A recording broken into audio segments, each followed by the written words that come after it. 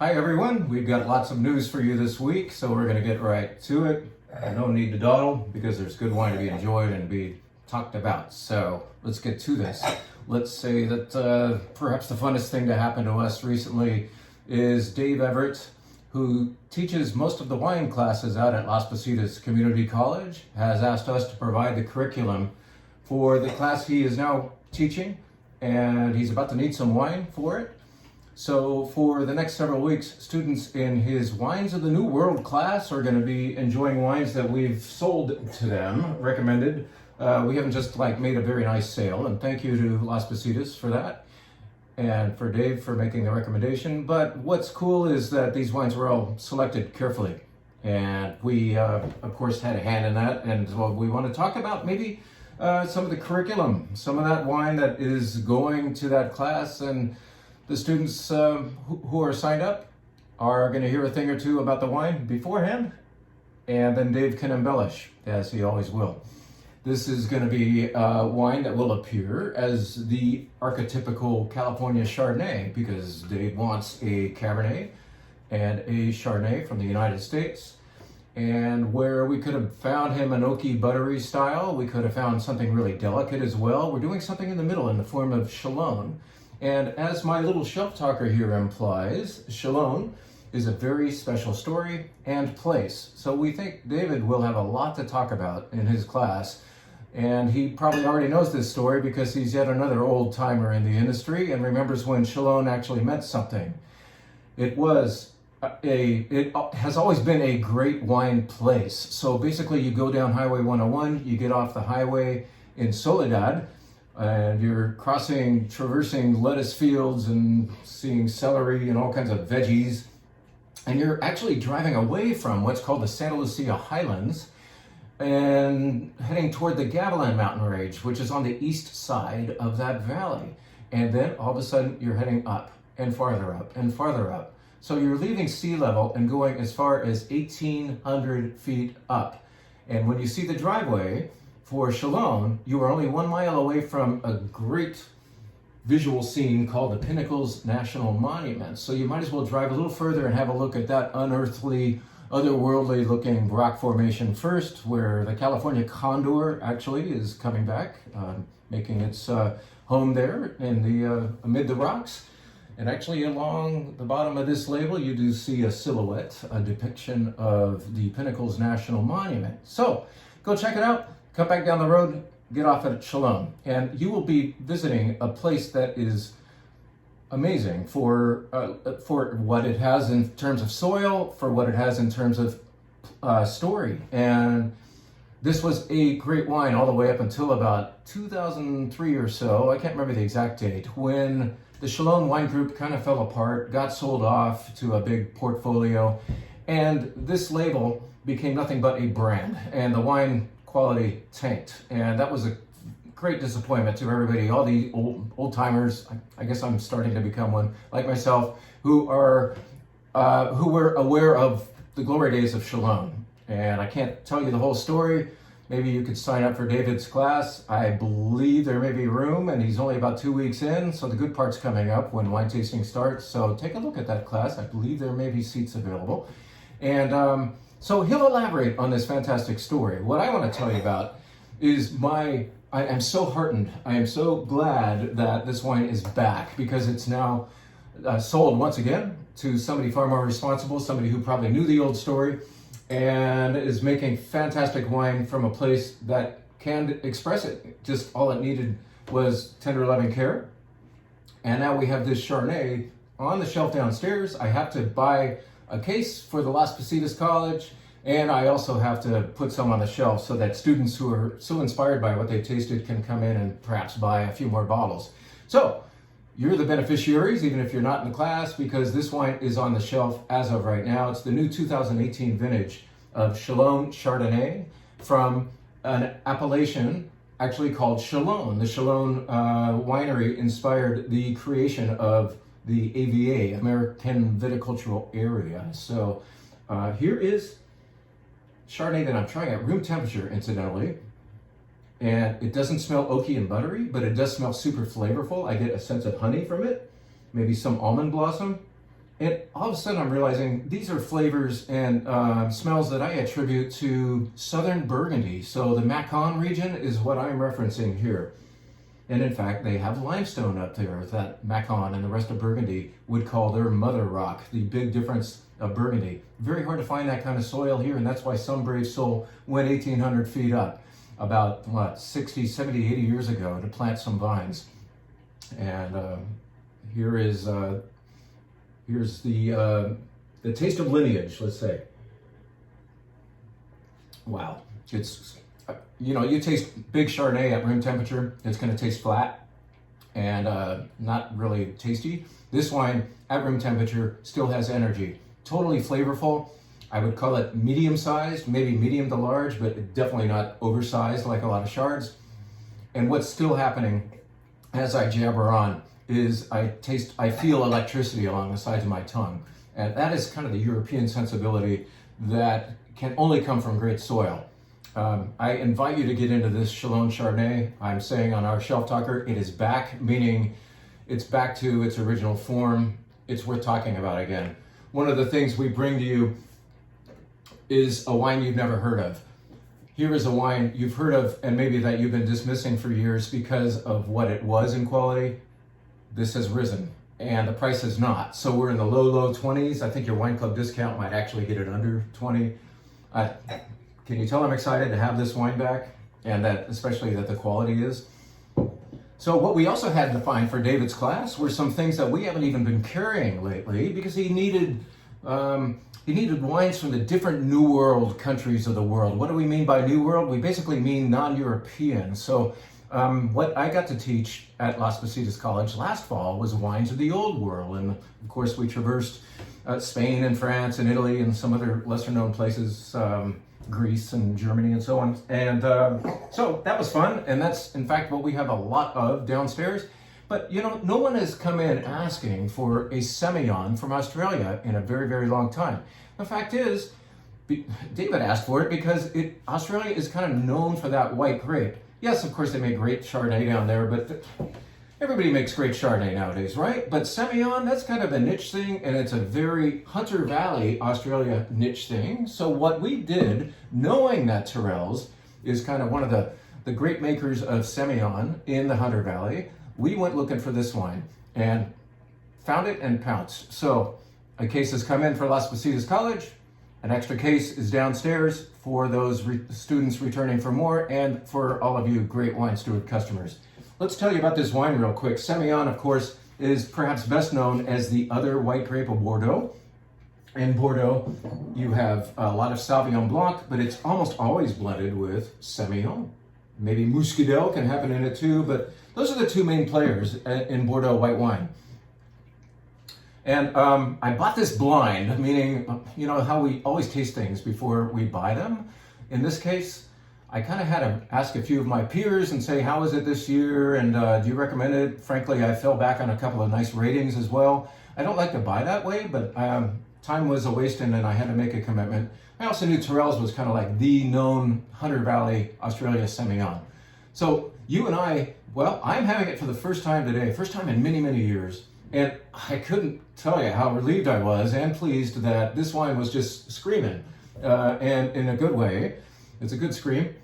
As soon as I smelled it about, 20 minutes ago. So I'm on taste number 2 now. Shared it with a few wine stewards. And all the wine stewards who are working today and tomorrow, as long as this wine is good, are going to get to check this out. So stewards, do you hear me? Let's get in on this wine. Check out Semillon. This is archetypical Australian Semillon. Now, Semillon can be very big in alcohol and plotting and over figgy and really enriched. This has, instead of fig, it has what I would call fig leaf. So it's a little more refreshing, it's more leafy, but the little bit of fig happens. Big time lemon peel. Very enticing. Very energetic already. It's not even in the mouth yet.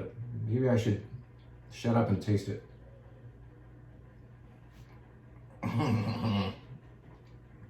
Oh yeah, super energetic. At Livermore Valley Cellars back in the 90s, Tim and I made Semillon a couple of years, and it tended to be a 14.5, even 15.5% alcohol wine. So very rich, we'd have to save it for pumpkin soup time in the fall in order for it to work with a meal. You wouldn't want to have it as a refreshing summertime drink. This is the alternative. I tasted it, thought, how lemony is this? How refreshing and delicious. And then I took a look at the alcohol on the bottle, 10%. Okay, that's pretty darn low alcohol. And you can, it's mouth-washing. I hope that's not a negative. My mouth is refreshed and washed by this wonderful lemony, slightly figgy leafy drink. It's good stuff. I'm so pleased that the class is going to have this wine. I wasn't throwing darts, it was an educated guess, and it paid off. So there is a wine that we brought in for David's class out there at Las Positas College, Wines of the New World. And here is another wine that we have found for them, because David asked for a South African red, preferring Pinotage, and we found him a great one, I think. And then he wanted a Chenin Blanc, because South Africa's most distinctive white grape is Chenin Blanc. Certainly they grow all kinds of other things, but second only to the Loire Valley of France are the Chenins, the good Chenins, that is, from South Africa. Here is a really good one. This is a brand that is actually fairly new to me, but after a little bit of research, I saw that this is the one to have, especially because it kind of hits the price point. David wanted good wine. He didn't want like the cheap Chenin Blancs, and South Africa has plenty of them for well under $10. This is the good stuff.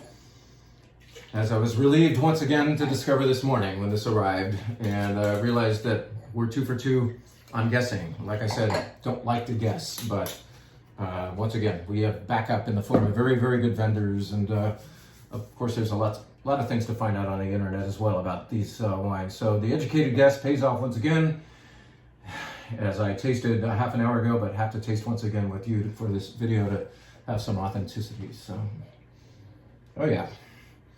Chenin from the Loire Valley doesn't always have, in fact, it doesn't usually do what South African does. There is the usual lemon curd and richness of a slightly honeyed thing. I know I referenced honey for that Chardonnay. This is honey, maybe pollen, you could say, like the precursor of honey, and banging things around here. But what it has that is truly South African is just a little bit of pine resin or pine sap. It's a fun little extra tinge. And that's exactly what I believe David wants to impart in the class, is that we're going all over the world, all over the new world in this class, to have difference, to celebrate difference. Like, what is different about Australian, South African Chenin Blanc? It's, of course, it's got the typical descriptors, plus just a little bit of fresh, like freshly sawn pine, or like if you ever had to build a tree house in a pine tree, you'll know the smell. You climbed up that thing, you got a little sap on your hands. You know, it's very fragrant. This has it in just a small amount.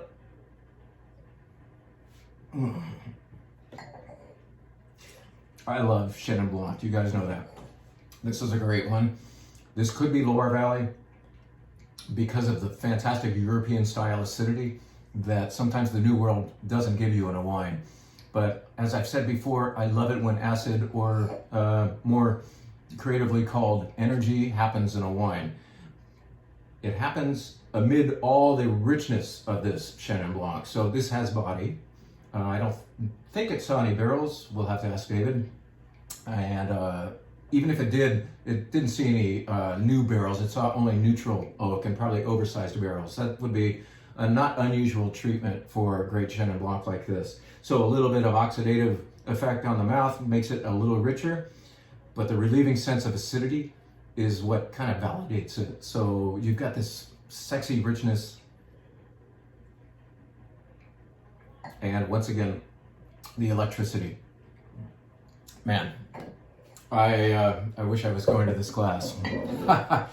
Well, at least I can taste the curriculum. So let's stick with the New World, except to say that we're now leaving behind curriculum for the Las Positas Wines of the New World class, and just going to tell you about another wine from the New World that could have happened for David if he had asked for a California Pinot Noir. This is the announcement that Rath is back on the shelf.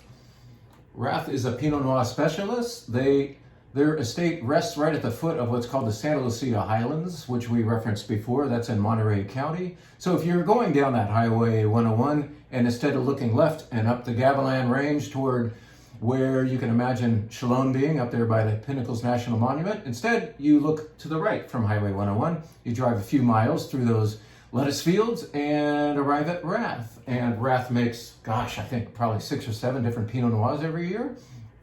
This is the one that we would say is going to make a lot of you happy, which is why we are going heavy. We're going deep on it with a 5-case purchase that gives us a better cost and gives you a better value because we can reduce the retail as a result.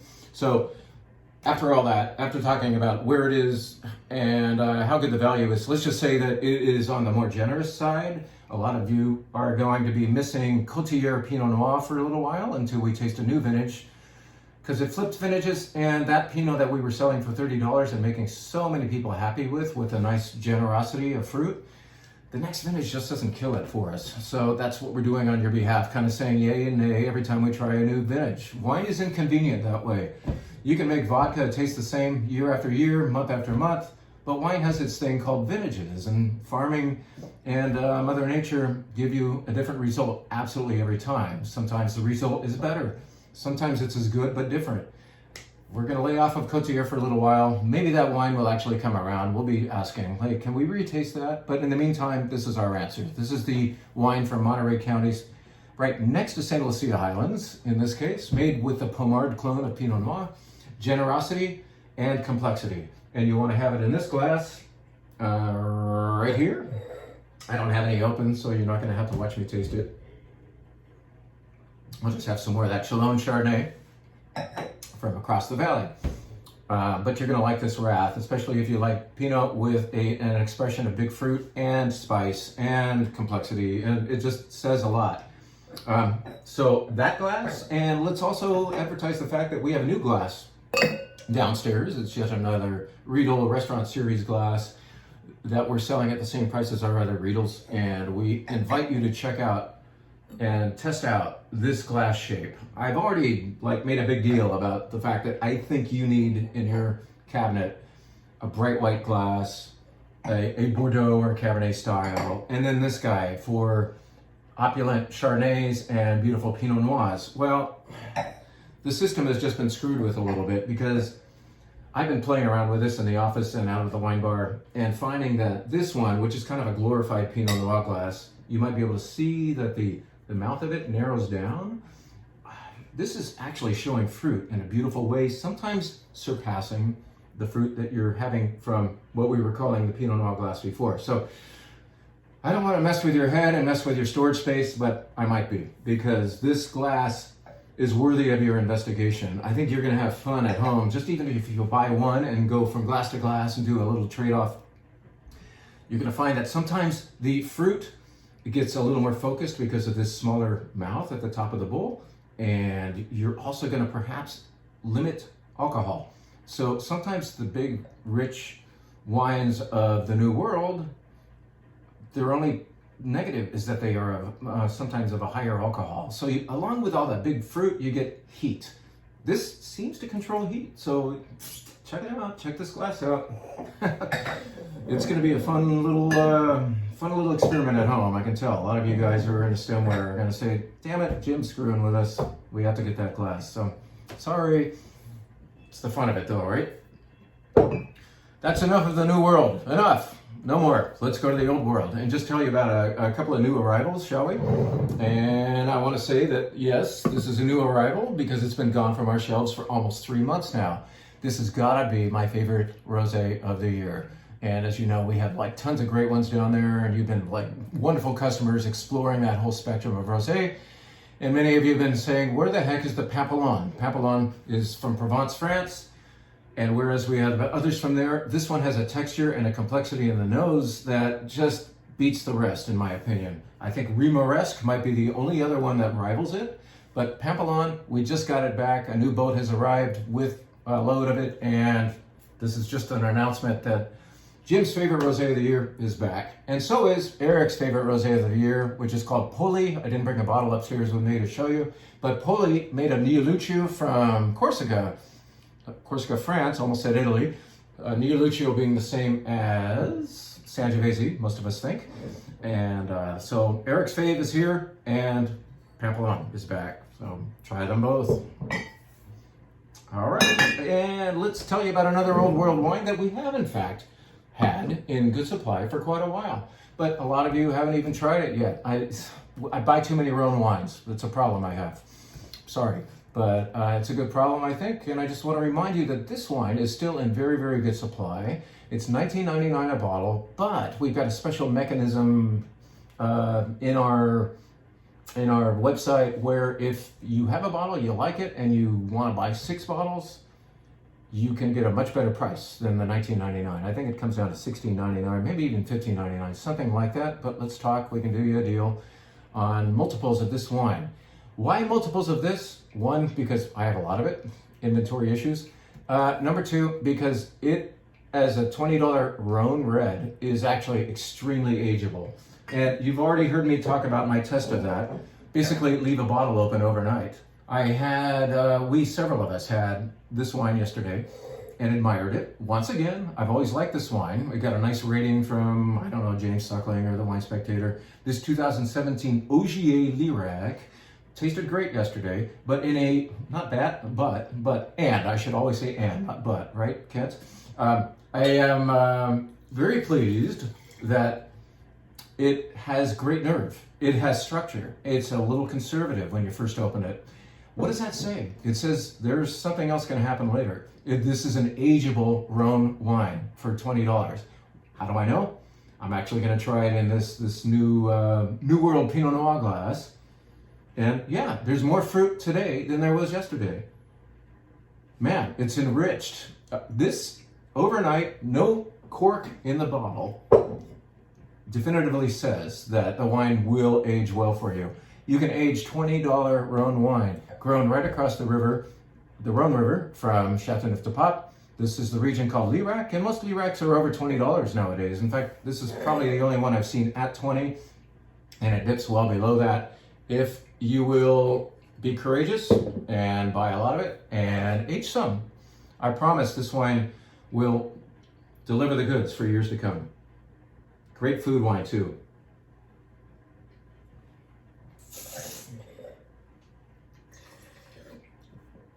For those of you who will understand the term classical or truly old world, that Lirac veers in that direction. So it's a little more of the traditional style with good acidity. There's that word again, energy, let's say. This is a thinking wine. That's good stuff.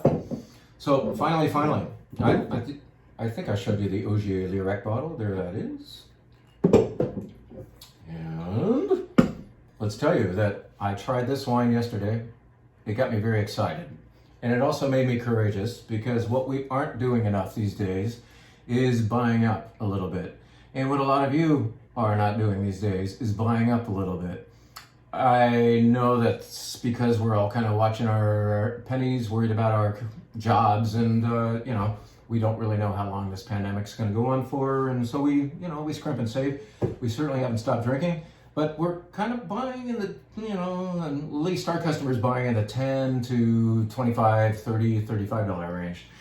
This is an invitation to splurge once in a while. It's just we just want to make the point that some of the greatest wines in the world do cost a little bit more, but for the thinking and sipping and carefully sipping wine drinker, it's worth buying up once in a while, especially if you're cooking that great meal, and if you're going to go to all that trouble to buy a nice piece of meat and spend hours rendering it to an amazing meal, come on, honor it with a great wine like Barbaresco from northern Italy. So let's just tell you about this particular wine that made me so happy yesterday. So happy, in fact, that I spoke for 2 cases of wine at a price point that's nearly $50, and yet that's what Barbaresco starts at usually in price and goes up from there. So I think we're at like $48. If you're a wine club member, there's $4.80 off of that, and I'm not doing the math very well right now. I'm busy tasting wine. But you do the math, and you'll realize, especially if you're aware of great Barbaresco, that's a pretty damn good price. Of course, it's only a good price if the wine is good. Does this represent Barbaresco? What is Barbaresco? And if I'm getting long-winded, I'm sorry, but you gotta know, if you don't know yet, that Italy and much of Europe names its wines by the region, not by the grape. So Barbaresco sounds kind of like Barbera, right? Barbera is a grape. Barbaresco, and they grow some there. Barbaresco is the name of a wine region. It's right next to another wine region called Barolo. They're next door neighbors. And Barolo and Barbaresco both use Nebbiolo. Nebbiolo is the grape. So we're in Piemonte, northwest Italy, the two greatest Nebbiolo growing places in the entire world. No one can claim that title other than the King Barolo and the Queen Barbaresco. We call Barbaresco the Queen because it's a little more drinkable at release. Some will say it's a little more feminine in its styling, meaning it's tannins, and there's always tannins in these wines. You know, they're not quite as muscular, and the flavors are a little more available upon release. This is, some would say, the producer in Barbaresco. Pétine is the producer.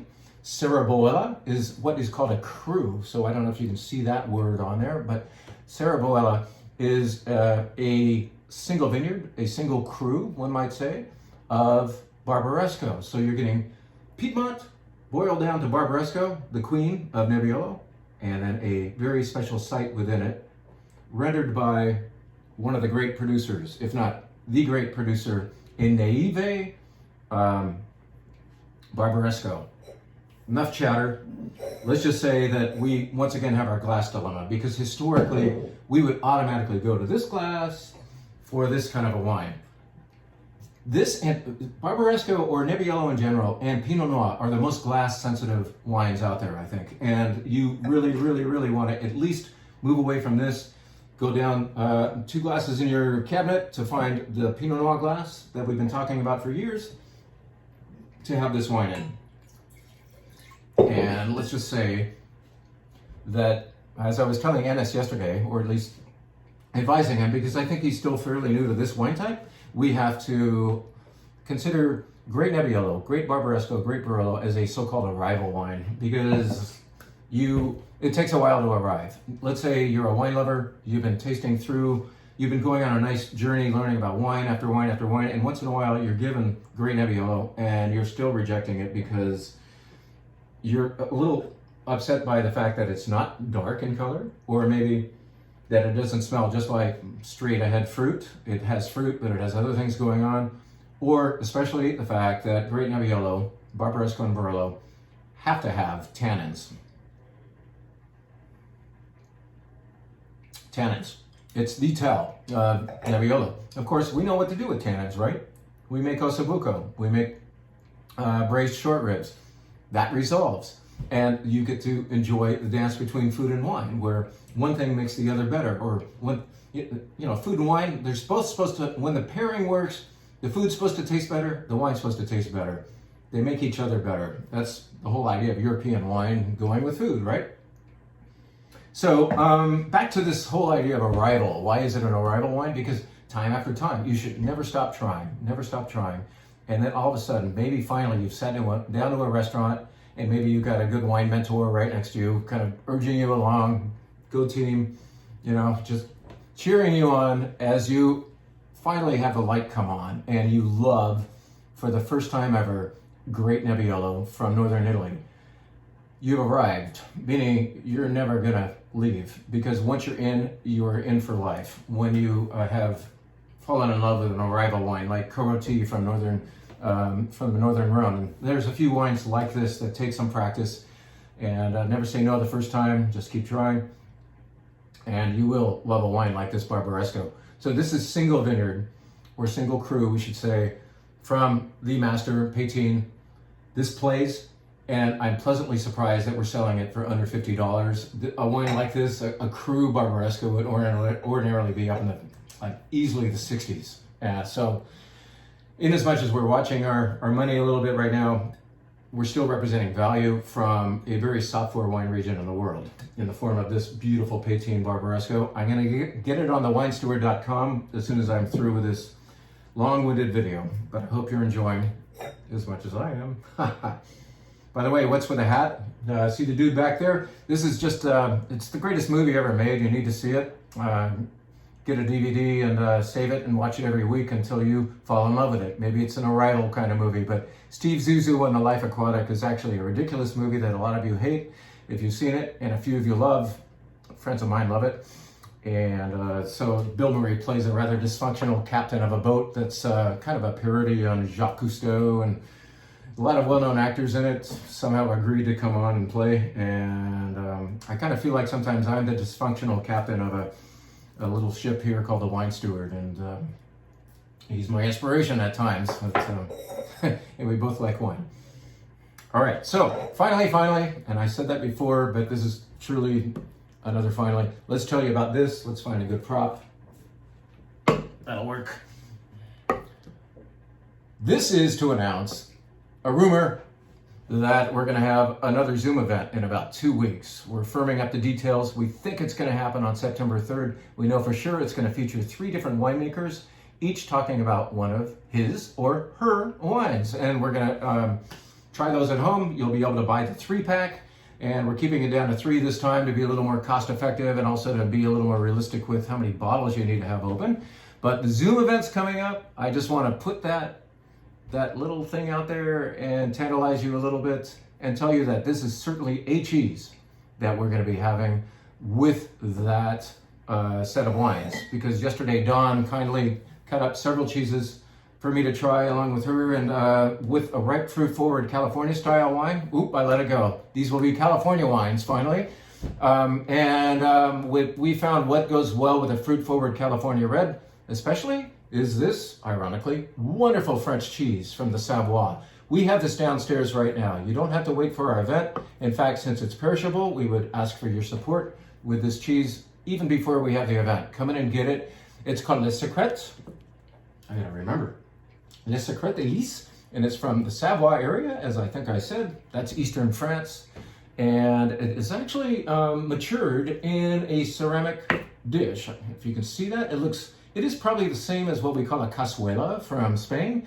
So this ceramic dish actually comes in handy for warming up the cheese. You put your oven on low and just warm this up a bit. And this brie consistency gets softer. This got kind of a creme fraiche like tang in the finish, but it's not overt that way. It's super pleasant. And when it's softened and warm, it is amazing with bread crusts just dipped in. So get into Le Secret, our little secret, early before the event, and then anticipated having it with some amazing wines, the identities of which will soon be revealed to you. So we'll see that announcement very soon. In the meantime, I want to thank you so much for either coming into the store with a mask on or working with thewinesteward.com, which we're continually refreshing with new wines. I think I'm supposed to let you know that all the wines that we had at our recent Charles Neal Zoom event, where actually this cheese debuted for our staff. They didn't let me have any because they ate it all up here on the mezzanine while Charles Neal was talking about French wine. At any rate, like I said, this is on the website. Losing my train of thought, which is probably a very, very good time to sign off. Say thank you so much for everything you're doing with us. Curbside is still the back door during the weekends because the street will be closed again, I believe. And is that enough? I think that's enough. Except you can never have enough amazing Barbaresco. Look up a recipe. Those of you staying at home have a lot of cooking time. You can decant this and check in on it over the many hours that you're cooking. Because good Barbaresco likes a little air. Thank you again for what you do for thewinesteward.com.